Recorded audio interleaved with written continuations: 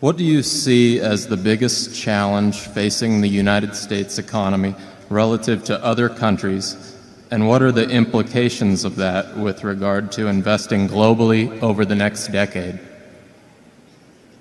Charlie? Well, thank you for stirring that easy problem to me.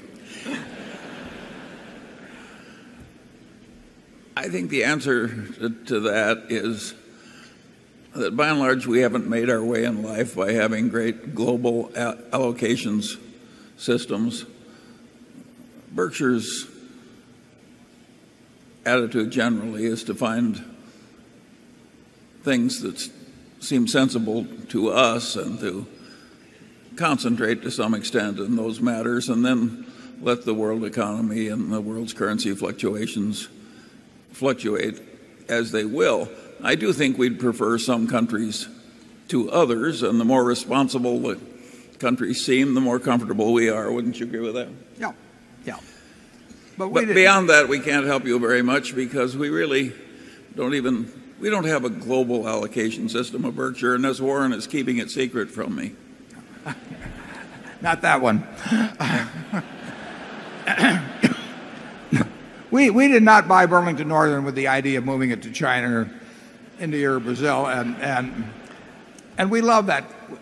We love the fact that Burlington Northern is in the United States. I mean,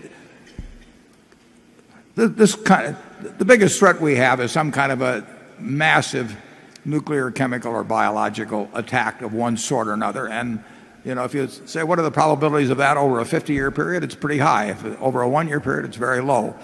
But if you talk about whether the qualities that have led to the last 220 years of incredible progress, with a lot of hiccups, but incredible progress, in the status of mankind that we've experienced in these 2 centuries compared to any 2 centuries you want to pick out in history, this country is remarkable, and its system is remarkable, and it does unleash human potential like has never been seen before. This crowd here is not smarter than a similar crowd 200 years ago, and they don't work harder. But boy, do they live differently. And they live differently because this system has enabled fairly ordinary people over a period of time to do extraordinary things. And that game isn't over. I mean, there is nothing that says we have come close, in my view, to the limits of what humans can achieve.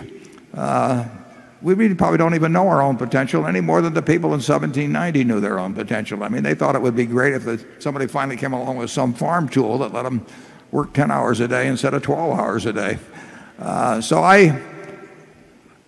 There's no reason.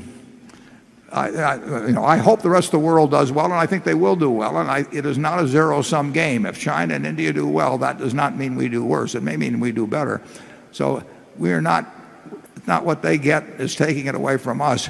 But I would be perfectly content if Berkshire Hathaway were forced in some way to limit its investment to the opportunities available in the United States. We would have plenty of opportunities. I'd rather have the whole world, obviously, in terms of opportunities, but there will be ample in this country. I would not run from the United States.